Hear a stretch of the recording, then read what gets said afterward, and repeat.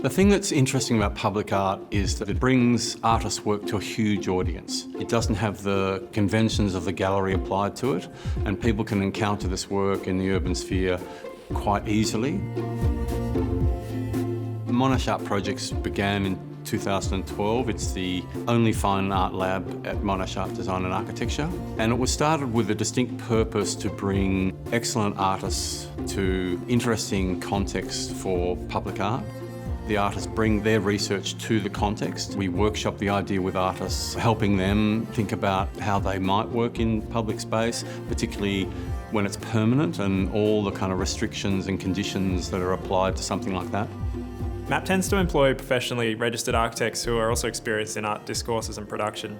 These complementary skill sets allow us to not just iterate and deliver public artworks on behalf of an artist, but also to situate works in their context, which might be as part of a new building attached to an existing building within a streetscape or landscape. We've worked on over 150 projects in our time, and we've delivered major permanent art projects both in Australia and overseas.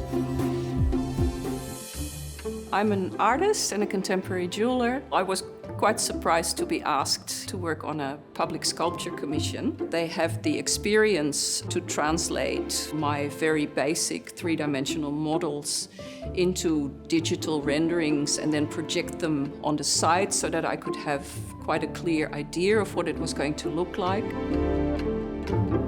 I worked with MAP to develop an idea that could be integrated into the Geelong Performing Arts Centre, an animated light installation. The collaborative dimension of working with MAP was really productive in the sense that I could work with architects and designers and renderers to be able to realise what the vision for the artwork could be.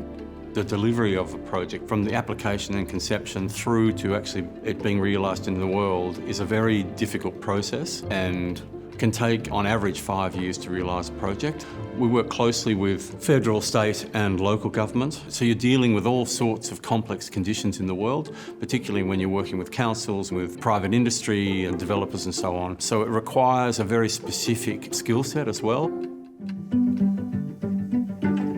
MAP is engaged in teaching at Monash Art Design and Architecture through the Masters of Architecture program. In these design studios, we test the many ways that public art can engage with broader issues.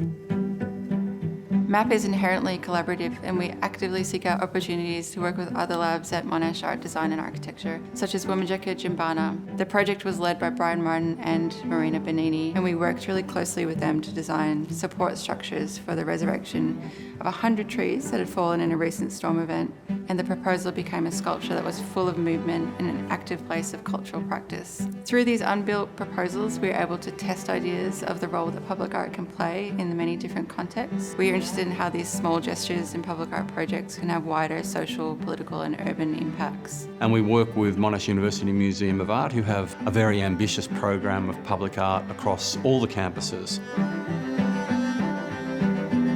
It doesn't require something of the audience, but the audience can find a way to it. And that's quite a tricky negotiation sometimes, to make something in the world that can speak to a broad range of people.